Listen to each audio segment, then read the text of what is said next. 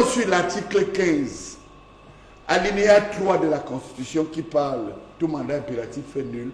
Je le dis avec modestie mais autorité, en tant que professeur titulaire de sciences politiques et de droit public, gradué de la Sorbonne, et encore que ce n'est pas ça qui me donne l'autorité, c'est ma connaissance qui me donne l'autorité.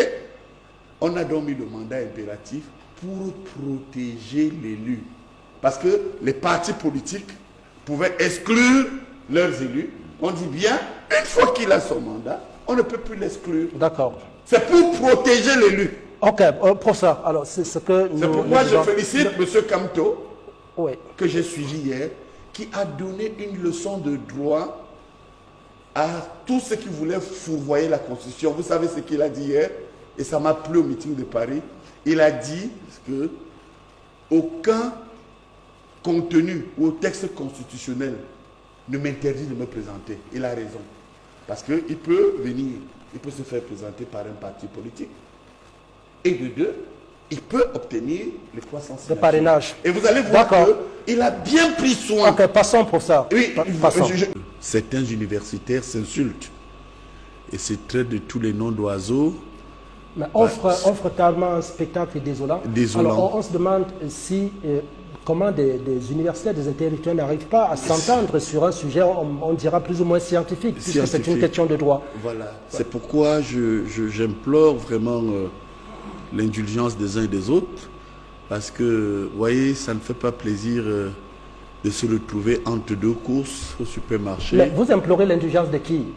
Vous n'arrivez pas à vous entendre. De ses collègues. Mais vous n'arrivez pas à vous entendre. Moi, je m'entends avec tout le monde. Il y en a qui défendent des positions partisanes, oui, qui n'ont rien à voir avec le droit, et vous demandez aux gens de vous comprendre. Oui. Comment on serait indulgent avec des gens qui ont des positions qui violent ce qu'ils ont fait comme sacerdoce? Vous comprenez pourquoi donc j'ai saisi l'opportunité de ce plateau sérieux pour leur dire, chers collègues, il faut arrêter cela.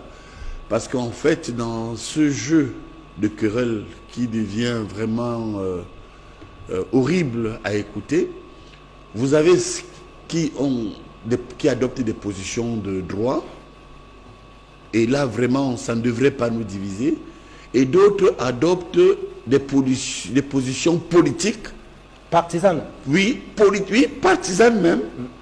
Et je dirais même parfois communautaristes, pour expliquer une situation juridique qui est plutôt audible pour tout le monde. D'accord. Alors je pense qu'ils prennent bien conscience que le monde nous regarde, parce que moi, vous voyez, avec moi j'ai des cours à l'étranger, et j'ai des enseignements au Cameroun. Alors moi, ça me choque d'avoir des collègues qui m'appellent de Dakar. Le monde vous regarde et ne vous croit plus. Voilà, ne vous croit plus pour ça. Il vaut mieux que je vous le dise. Ne vous croit plus. On sait aussi ceux qui sont sérieux. Hein. Oui. Moi, ça me gêne quand même de voir comment certains se fourvoient. Ne vous en faites pas. Lorsque j'implore, je leur dis, écoutez, maintenant, arrêtez. C'est pour sauver certaines casquettes. Et puis, pour terminer, ce qui est choquant dans cette foi, voyez-vous, M. Boni-Philippe, c'est que quand un collègue finit par pondre des énormités, il vous dit que je suis agrégé, j'ai 8 doctorats, j'ai 9 DSS, j'ai 10 ceci. Et je dis, vous vous rendez compte que la diplômite, vraiment, est ce qui est en train de noyer aujourd'hui les Africains. Vous savez, lorsque vous êtes un professeur de droit, un bon professeur de droit ou de sciences politiques, écoutez, les étudiants qui nous écoutent sur les plateaux nous connaissent tous en Là, vous faites allusion à qui, professeur Messanga? Je fais allusion à des collègues qui ne comprennent pas qu'ils engagent à un moment donné l'honneur de l'enseignement de l'université.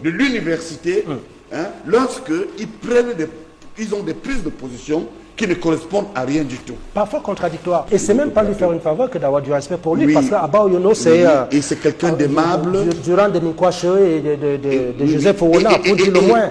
Et c'est quelqu'un aussi qui a su garder une position, une certaine liberté qu'on attend de l'universitaire. Mais maintenant, sur le mandat impératif, je vais chuter là-dessus, parce qu'en faisant cette remarque, il faut quand même que je dise aux collègues, regardons-nous en face. Lorsque vous avez l'article 3 de la Constitution, dans la hiérarchie des normes, l'article 3, c'est la Constitution qui est le statut de l'État. Lorsque vous avez à côté le code électoral, en droit, le code électoral est ce qu'on appelle une loi organique, c'est-à-dire qui organise et qui met en applicabilité la prescription constitutionnelle. Troisièmement, je termine donc. Pourquoi moi je prends une position honnête. Qui sous-tend la période de pré-campagne. Aujourd'hui, nous avons diffusé une vidéo en début de l'édito d'Adalbert Messi. Et plus que cela, nous avons l'impression que le débat vire aujourd'hui à la nervosité. Qu'est-ce qui peut justifier cela? Et quelle peut être la recette pour que l'on évite justement de basculer vers la violence? Merci pour l'opportunité que vous nous donnez d'aborder cette importante préoccupation d'ordre national. Je voudrais d'abord dire que le parti, l'Union démocratique du Cameroun, dont je suis membre du bureau politique, est un parti réputé être non violent. Nous sommes contre la violence, nous sommes contre tout ce qui peut toucher aux valeurs, remettre en difficulté les valeurs fondamentales de la République. Et quand nous parlons des valeurs fondamentales, il y a la cohésion sociale, la paix, qui pour nous sont des valeurs avec lesquelles on ne doit pas badiner. Ceci étant, nous sommes en contexte, en une année électorale qui doit être reconnue et connue par tous comme un tournant le plus décisif de l'histoire politique de notre pays. C'est un tournant qu'il faut négocier avec beaucoup d'intelligence, de prudence, toujours avoir en esprit l'intérêt général de la République qui doit être au-dessus de toute autre considération. Et quand vous êtes en face des responsables qui gèrent le pays, qui sont interpellés au premier chef de mettre en exergue et en évidence cette préoccupation, et que vous observez que ils laissent passer l'intérêt partisan au-dessus de l'intérêt républicain, on peut arriver à ce genre de situation. Là, vous pointez la responsabilité. Je pointe la responsabilité des dirigeants du pays. Parce que c'est eux qui sont interpellés au premier rang. Ouais, mais c'est eux qui ont la responsabilité. C'est quoi les éléments qui les accablent selon... Je veux le dire, je veux vous le faire comprendre. Parce que j'ai échangé avec une autorité, l'initiative de la République, effectivement concernant le contexte et les discours que nous suivons aujourd'hui concernant l'échéance électorale attendue, la plus attendue au Cameroun. Effectivement, le professeur a fait bien d'aborder le sujet sur le mandat impératif qui sort fécu, de dire qu'est-ce qui se cache derrière ça. Ne trouvons pas qu'il s'agit ici de préparer l'opinion à poser des actes qui peuvent être difficilement contrôlables le moment venu si on n'arrive pas à calmer ça aujourd'hui. Qui prépare l'opinion? Et ce débat, vous avez vu, le professeur venait de dire qu'on l'appelle même de l'extérieur. Imaginez donc qu'à l'intérieur, l'opinion publique est massivement focalisée autour. Et donc quand on est focalisé autour, les hommes de science qui sont divisés, la population est également divisée comme ça. C'est-à-dire qu'il y en a qui croient que oui, c'est ce côté qui a raison, l'autre c'est tel côté qui a raison. De sorte que le moment venu, quand la décision sera prise, quand ce sera en faveur d'un côté au détriment de l'autre, l'opinion publique favorable au côté qui sera lésé, comment est-ce qu'elle va agir si ce n'est de descendre dans la rue? J'ai l'impression que c'est ça qui se prépare. Et quand je parlais de ça à cette autorité, elle nous a dit, nous sommes préparés conséquemment, parce que le moment venu, ceux qui descendront trouveront la puissance de l'État qui va les écraser le moment venu. Parce que nous ne pourrons pas tolérer que les gens descendent. Donc vous comprenez que, et moi je lui ai dit, j'ai dit à cette autorité, eh bien, faites attention. Parce que c'est vous qui avez la responsabilité de protéger la vie des citoyens. C'est vous qui gérez effectivement la puissance de l'État. Et l'objectif, quand on a cette responsabilité, c'est de préserver la vie, c'est d'assurer, garantir la sécurité des personnes et de leurs biens. Vous devez donc envisager toute action, mais sauf celle qui viserait à descendre, à écraser les gens s'ils descendaient dans la rue. Alors, qu'est-ce qu'il faut faire en ce moment? Étant donné que déjà la descente dans la rue devrait aussi être considérée comme une violation, non? Mais c'est une violation. C'est une violation. Bon, si on n'a pas respecté les procédures et les normes, enfin, je pose la question. Oui, mais écoutez, je voudrais dire, lorsque vous tenez le plateau d'œufs qui doit nourrir la famille, et vous devez éviter d'entrer dans un jeu dangereux, n'est-ce pas? Vous allez dans la bagarre, si le plateau tombe et que les gens restent affamés, c'est vous qu'on va accuser. On ne va pas dire c'est elle qui était venue vous gifler. Vous devrez éviter que la personne vienne vous gifler. Parce que vous devrez être conscient de l'importance de ce que vous avez en main. Et c'est ça le défi du gouvernement aujourd'hui. On doit comprendre que, quelles que soient les attaques, quelles que soient les provocations, la responsabilité de préserver les vies des Camerounais et de leurs biens, c'est à eux de jouer. Et comment ils doivent jouer? Ils doivent vous montrer qu'ils sont capables de gérer ce pays en bon père de famille et d'être au-dessus des considérations partisanes. Parce que ce qui expose le Cameroun à un risque grave, c'est le fait de penser qu'on doit tout le temps, comme on a eu l'habitude de faire depuis le retour au multipartisme, d'utiliser la puissance publique pour aider un parti politique à gagner contre ses adversaires. Et ça, quand vous allez le faire, si vous restez dans cette logique, comprenez que le risque d'éclosion, le risque de crise, le risque de violence est maximisé. D'accord. Il faut donc éviter toute gestion partisane de la puissance publique en cette année électorale. Jouer pleinement le rôle que les différents organes étatiques qui doivent intervenir doivent jouer. Mais est-ce que vous avez foi? Est-ce que vous pourriez avoir foi en la bonne foi de ceux qui pourraient descendre dans la rue ou pourraient inciter des gens à descendre dans la rue en vous disant il est possible que l'administration fasse tout ce qui est de son devoir pour éviter des violations, mais que l'on trouve justement le petit moyen, la petite excuse pour descendre dans la rue, y compris en sachant qu'on est en pleine violation des procédures. Bon, il faut seulement éviter de prêter le flanc. Parce que, nous le disons, évitons de donner aux gens la possibilité de trouver des prétextes de justifier des actes qui peuvent poser et qui puissent être dangereux pour la cohésion sociale. Mais est-ce que le gouvernement, est-ce que l'État, le chef de l'État au premier plan, est-ce qu'il est conscient de cela? Regardez la courbe des contestations des résultats électoraux au Cameroun depuis 1992. Elle est croissante. Et la croissance est devenue exponentielle entre 2004, 2011 et 2018. Okay. Vous savez ce qui s'est passé en 2018. Et maintenant, depuis 2018, le président de la République est resté indifférent de cela. On n'a pas posé le moindre acte qui contribue à apaiser les tensions en disant que, bien tiens, le président veut donner l'impression d'améliorer ce qui est à la base des contestations des résultats électoraux.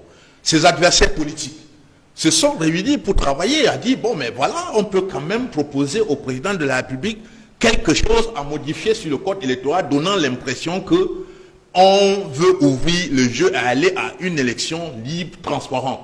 Mais quel est le sort qu'il a réservé au travail de ses adversaires? C'est tout simplement de mettre dans la poubelle.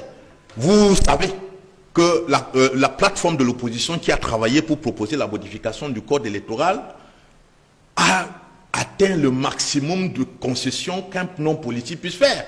Ils ont fait des propositions évitant toute modification devant renvoyer à une modification de la Constitution. Ils se sont limités à des modifications par voie législative. On a envoyé le rapport. Moi qui suis à qui là, ils ont confié la coordination du secrétaire technique, c'est à moi qu'on a confié la copie à aller déposer au président. Je suis allé à la présidence déposer. Mais 5 années après, il a fait comprendre à Madame Honorable Dame Joya, porte-parole de cette plateforme, qui n'avait jamais eu ça. Et il lui a demandé de remettre. Nous sommes rentrés, ces leaders se sont mobilisés à nouveau pour travailler et on a refait une autre copie du rapport et qu'on a envoyé avec le vice-président du PCRN déposé à la présidence. Jusqu'à présent, c'est comme si rien n'était fait. Donc si on va à l'élection présidentielle de 2025 avec les mêmes dispositifs en termes de loi électorale qui sont contestés, parce que la contestation des règles de jeu électoraux inscrit déjà le pays dans des contentieux préélectoraux important. Mais l'administration sera aussi dans son bon le moment venu, les contestations seront légitimes parce qu'on va dire on a maintenu les mêmes dispositifs frauduleux qu'en 2018 parce que ça favorise un parti politique. Et en politique... Et le maintien de l'ordre sera légitime. Le maintien de l'ordre sera légitime. Il est toujours légitime, même si c'est illégal. Même si c'est illégal. Il est toujours légitime parce que il est acté par ceux qui ont la compétence de le faire. Mais en termes de pertinence, on verra qu'ils auront échoué dans leur rôle de préserver la vie des Camerounais et de leur bien, avec toutes les conséquences qu'il faudra tirer. D'accord. Cyril Sambaka, est-ce que vous percevez effectivement que le Cameroun est face à un grand défi d'une présidentielle apaisée en octobre prochain, si la date ne bougeait pas? Oui, forcément. Vous savez, la démocratie a ceci qu'elle aime beaucoup l'alternance. Et malheureusement, tout ça, c'est cadenassé. Et quand c'est cadenassé comme cela, je dois dire qu'il faut faire quand même une analyse pour comprendre qu'après la colonisation, nous sommes restés dans un schéma où il y a les élites d'un côté et il y a le peuple de l'autre côté. Et vous voyez que de plus en plus que nous n'avançons pas vers l'apaisement, les problèmes naissent dans tous les corps sociaux. À l'université aujourd'hui, c'est des discussions à n'en plus finir. L'université est éclatée. Alors, nous allons progressivement comme ça nous retrouver devant ces situations. Alors, qu'est-ce qu'il faut faire? Moi, je dis, il faut que nous prenions tous conscience que nous sommes en crise. Le pays est en crise. Et quand le pays est en crise, on doit rechercher des solutions. Ces solutions vont vers un système consensuel. Il faut que nous sachions que si nous sommes dans cette situation, c'est parce que le peuple, qui lui est souverain, a été complètement enfermé. Lui, il doit subir tout. Le dictat des partis politiques, le dictat des élites, c'est un monde qui commence à montrer ses limites. On se rend compte aujourd'hui que tout le monde discute, les gens bagarrent, mais le peuple, lui, il est à côté. Mais qui travaille finalement pour le peuple? Chacun se prévaut, n'est-ce pas, de travailler pour le peuple. Non, la vérité c'est quoi? C'est que même nos lois ont enfermé tout. C'est les partis politiques qui dictent leurs lois. Et les partis politiques aujourd'hui en sont arrivés, pour beaucoup, à penser qu'ils sont l'alpha et l'oméga. Tout simplement parce qu'ils sont en train d'imiter le parti au pouvoir qui, lui, a succédé au parti unique. Dans le parti unique, il y avait quelque chose de très bien. C'est qu'on savait distinguer les hommes du parti et les hommes du pouvoir et les hommes d'État. Aujourd'hui, tout ça est mélangé à tel point que le peuple se sent complètement lésé à telle enseigne que vous ne pouvez pas partir de la base pour arriver au sommet. C'est des cooptations qui sont faites en fonction de votre argent, en fonction de votre grade, etc., etc., ou bien parce que vous êtes ministre. Ça pose un problème sérieux.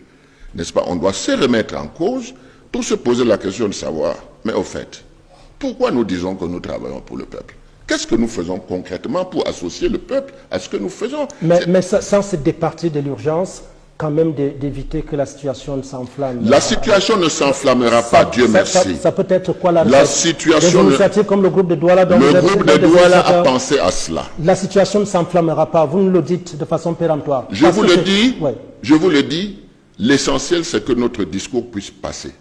Et nous allons nous battre pour qu'il puisse passer auprès du peuple. Le peuple ne doit pas se sacrifier pour les hommes politiques. Non, le peuple doit retrouver sa souveraineté. Le peuple doit se battre pour sa souveraineté. Il ne doit pas subir les dictats des partis politiques. Parce que si moi, je suis un leader des partis politiques. Si la situation devrait s'enflammer, ça sera du fait des hommes politiques. Hein? J'ai dit ce sera au plus grand point, comme Koupid venait de le dire.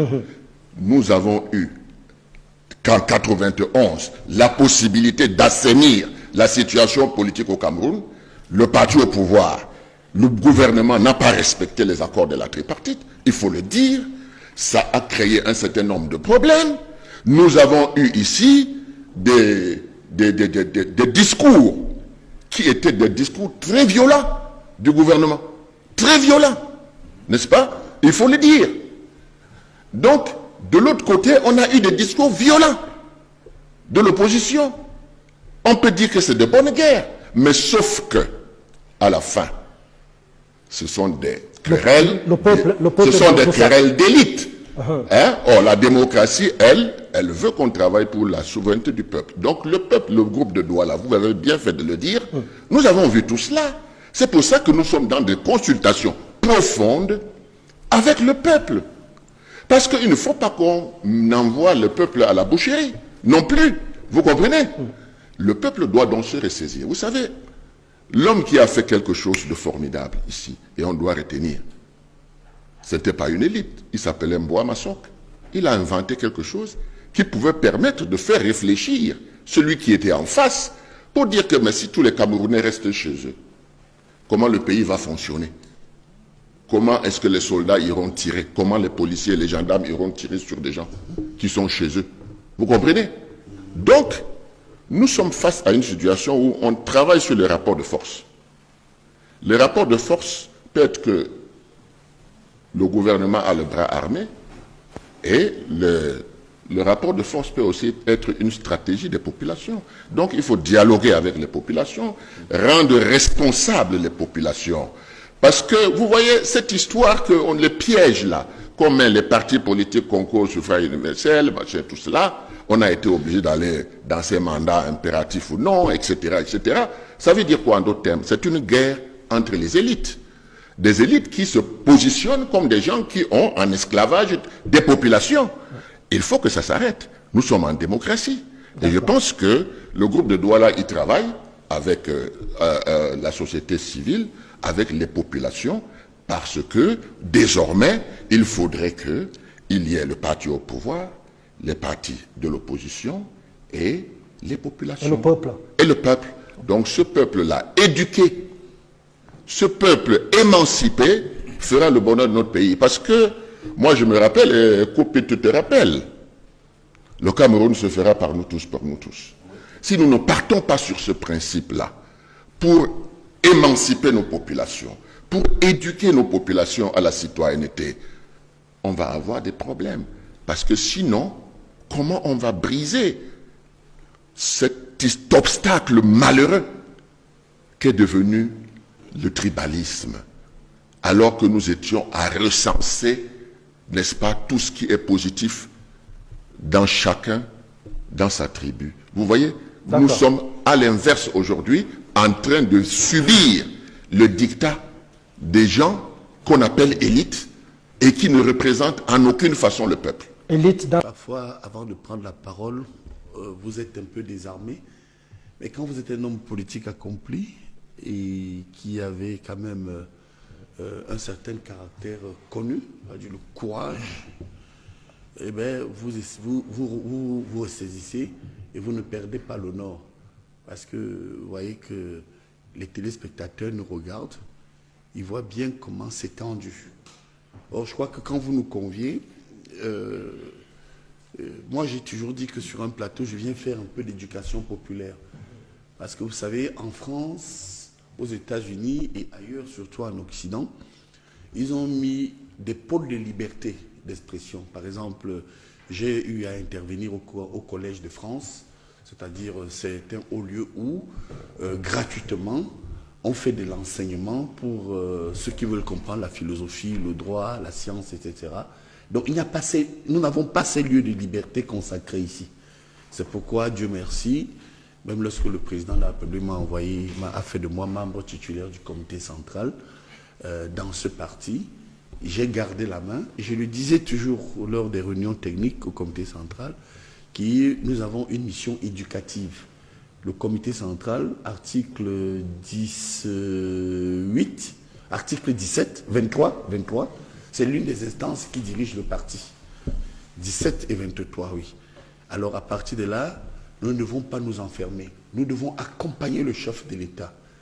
Ça, c'était une mission, on l'a vu malheureusement. Ceux qui ont pris sur eux d'accompagner le président jusqu'à une certaine époque. Vous avez vu que les choses ont beaucoup changé. Je pense ici à des personnalités comme Georges Ngango, dès la création du congrès de Bamenda, qui estimait qu'on ne met pas du vieux vin dans du vin nouveau dans les vieilles outres. Je pense ici à des gens comme Philippe Mataga. Je pense à des gens très ouverts comme Renaud Ouna. Je peux en citer d'autres, les Philippe Mataga. Et puis, malheureusement, depuis que ces gens sont partis, on sent quand même qu'il y a un vide. Paix d'ailleurs à leur âme. Maintenant, pour répondre à votre question, je crois que nous devons tout faire pour qu'il y ait apaisement. Vous voyez, moi, je n'incrimine personne ici. Vous voyez, quand vous arrivez sur un plateau sérieux ici, c'est vrai que la communication politique aussi, c'est un style, c'est un métier, il faut le dire. Vous venez nous venons donner des solutions. Moi, j'ai dit, dans ce sens, il faut sensibiliser 3 types d'acteurs. 3. Si nous voulons arriver à la paix. D'abord, les pouvoirs publics.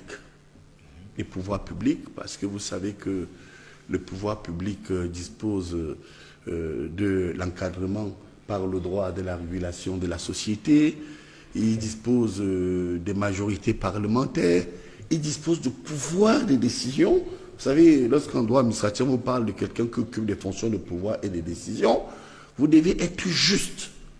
C'est-à-dire que l'État a été construit à l'idée du bon père de famille, ce qu'on appelle l'idée de patria familiale. Alors quand vous voyez par exemple un parti politique qui veut organiser une marche ou une réunion, vous n'envoyez pas les pouvoirs publics leur dire que la réunion ne doit pas se faire. Par exemple, vous voyez que lorsque le pouvoir public, ils ont aussi cette force de mobilisation, la justice dans la rétribution des fonctions. Quand vous avez des communautés qui se sentent lésées, vous comprenez, ça peut poser problème dans la haute administration. Je crois que c'est ici que... et ça, c'était une qualité du chef de l'État. Lorsqu'il a parlé il a mis en avant certaines valeurs de justice sociale. Donc je crois que les pouvoirs publics ne doivent pas l'oublier, même au sens de la communication. Vraiment, je ne voudrais pas faire ce qu'on appelle dans un langage trivial à Talakou à vos collègues de la CRTV. J'ai été émerveillé de voir que la CRTV invite maintenant des opposants. C'est le pouvoir public sur les plateaux. J'ai vu un prêtre... Très bonne ouverture. Hein. Oui, très bonne ouverture. D'ailleurs, après, alors quelque chose m'a impressionné. C'est que c'était Kamala, le prêtre, qui est venu commenter la position de l'église épiscopale, la conférence épiscopale. Il a été invité, et c'est un prêtre hostile au régime. Il faut avouer que les pouvoirs publics ont une mission de salut public. D'accord, il y a les pouvoirs publics comme deuxième acteur. Oui, encore un autre élément. Parmi ces pouvoirs publics, ceux qui occupent les fonctions de pouvoir et de décision, les ministres, mission de service public. Maintenant, allons rapidement à l'échelle locale, les préfets, les sous-préfets. C'est quoi cette histoire où, par exemple, vous avez un leader, prenons le cas de Cabral Libi, parce que moi j'aime illustrer. C'est quoi cette histoire où... et là, je vais vous faire une révélation. J'ai contribué à la présidence de la République. Je ne voudrais pas prendre certains collaborateurs du chef de l'État à témoin, en ordre à dire que, quand même, monsieur le ministre, est-ce qu'on va laisser toujours le ministre de l'administration territoriale donner l'impression que Cabral Libi ne peut pas faire un meeting, alors qu'il a construit, comme un petit oiseau fait son nid, le PCRN? Je vous assure, ce ministre, collaborateur du chef de l'État, m'a appelé et il m'a dit, professeur, est-ce que vous avez vu la lettre que le chef de l'État a adressée à Cabral Libi? Il m'a dit, tu vois que nous tenons compte de ce que vous dites. Le président Paul Biya a félicité. Et je crois que les félicitations à Cabral Libi devraient être une force de droit, une leçon pour que désormais, moi qui ne suis pas proche du PCRN, pour qu'on laisse enfin ce jeune homme qui grandit bien politiquement faire son travail. Le président lui a écrit, il faut insister là-dessus.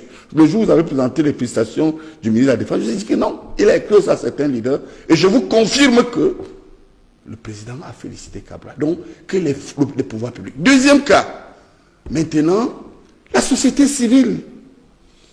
On a une société civile, du point de vue définitionnel, qui a pour mission d'accompagner les pouvoirs publics. Et cette société civile doit être responsable. Mais c'est vrai qu'elle est traquée quand on voit, par décret ou par décision, la dissolution de certaines, le cas de Madame Gombe et bien d'autres associations qui sont supprimées, mais que cette société civile sache que c'est elle, c'est pas elle que passe à 70% ce que attend le peuple. Parce qu'on a une société civile qui est toujours contre le gouvernement aussi. Qui est plus proche de l'opposition. Oui, et c'est ça. C'est beaucoup, vous comprenez. Vous voyez comment je suis honnête. Une société civile, c'est-à-dire on a même l'impression qu'elle se substitue structurellement à l'opposition politique. Il faut qu'on ait une société civile responsable. Et la troisième catégorie, au regard du temps très court qui nous est imparti, ce sont les partis politiques. Les partis politiques ne doivent pas se construire sur la seule préoccupation factiste de l'engagement politique. Il faut voir l'histoire du Cameroun. Mais écoutez, les premiers leaders politiques au Cameroun, j'ai encore en mémoire des gens comme Charles Okala, j'ai des gens comme Moussa Yaya, j'ai des gens comme les John Goufoncha, les Indele, et puis tous les autres, les Oumyobe, non, les Oumyobe même, et même d'autres personnes comme les Ernest Wangé, les Njoya Aruna. Observez qu'avant l'indépendance, nous avions à peu près 10 partis politiques. Ce qui était intéressant chez ces pères fondateurs, comme disait le chef de l'État lors de son discours, je n'aime pas tout dire que comme dit le chef de l'État, ça peut gêner certains, mais évoquer les pères fondateurs, ils ont construit le Cameroun sur la base d'une vision idéologique. Les combats n'étaient pas comme ce qu'on voit aujourd'hui. Mais malheureusement, les partis politiques sont devenus des lieux de